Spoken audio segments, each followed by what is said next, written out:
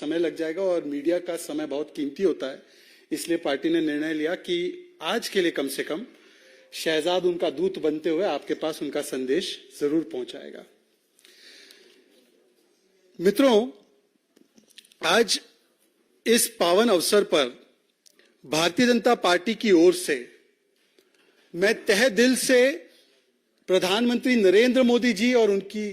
हमारी देश की सरकार को बहुत बहुत धन्यवाद और आभार प्रकट करना चाहता हूं कि आज की के दिन महिला सशक्तिकरण और महिलाओं के लिए जो ऐतिहासिक और बड़ा कदम उठाते हुए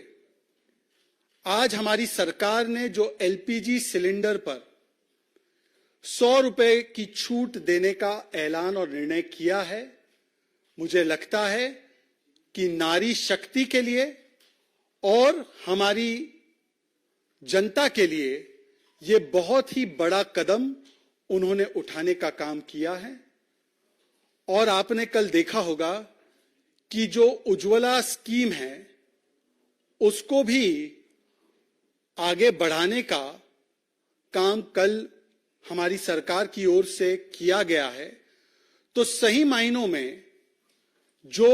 हमारी माताएं, बहनें, देश की महिलाएं और हम सभी की जो एक अपेक्षा होती है कि एक सरकार हमारे रोजमर्रा के बजट को देखते हुए जो भी हमें राहत दे सकती है उसके ओर एक बहुत बड़ा कदम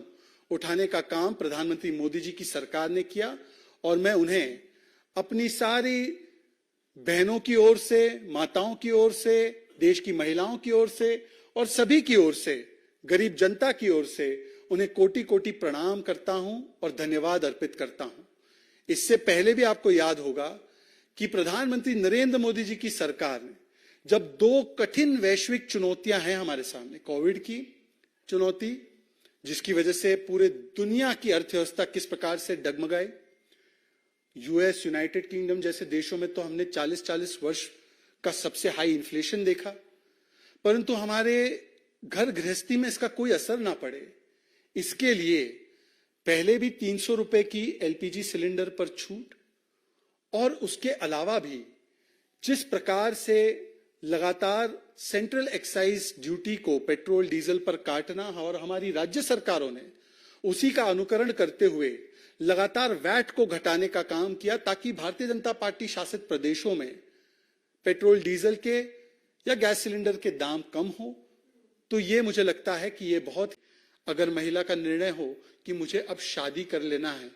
और क्योंकि आपको पता है कि कई बार पुरुष प्रधान आज भी कुछ समाज है, उसके चलते जो दबाव माता पिताओं पर आता है कि बेटी की शादी में कितना खर्च होगा, उसको भी समर्थन देने के लिए हमने अलग अलग राज्यों में, चाहे वो कन्या विवाह योजना हो, चाहे वो कन्यादान योजना हो, और उन सभी योजनाओं को किस प्रकार से माताओं बहनों ने स्वीकारा है, उसका लाभ उठाया है, उसका आपको उदाहरण उत्तर प्रदेश से लेकर मध्य प्रदेश तक में दिखाई लगातार देता है। उसके बाद महिला जब गृहस्थी वाली स्टेज में आती है, अब हम चाहते हैं कि महिला के हाथ में एम्पावरमेंट हाउस होल्ड का हो, तो उसके लिए स्टैंप ड्यूटी को कई राज्यों में कम किया है महिलाओं के लिए। इसका एक डायरेक्ट असर ये पड़ा कि ज्यादातर उन राज्यों में अब जो रजिस्ट्रेशन ऑफ प्रॉपर्टीज होती है वो महिलाओं के नाम पर होती है, मतलब महिला आज प्रॉपर्टी ओनर्स बने। और केवल यही नहीं, जो गरीबों को हमने 3.5 करोड़ आवास दिए उसमें से लगभग 70% आवास जो है वो महिलाओं के नाम पर ओनरशिप या को ओनरशिप है। मतलब कि देश में करोड़ों लखपति दीदी बनाने का काम अगर किसी ने किया तो यही नरेंद्र मोदी जी की सरकार ने एक काम को किया। और इस प्रकार से महिलाओं को बाल अवस्था से लेकर गृहस्थी की स्टेज तक हर जगह पर एम्पावर करने का, सशक्त करने का जो कार्य किया गया है वो नरेंद्र मोदी जी की सरकार के द्वारा किया गया है। और फिर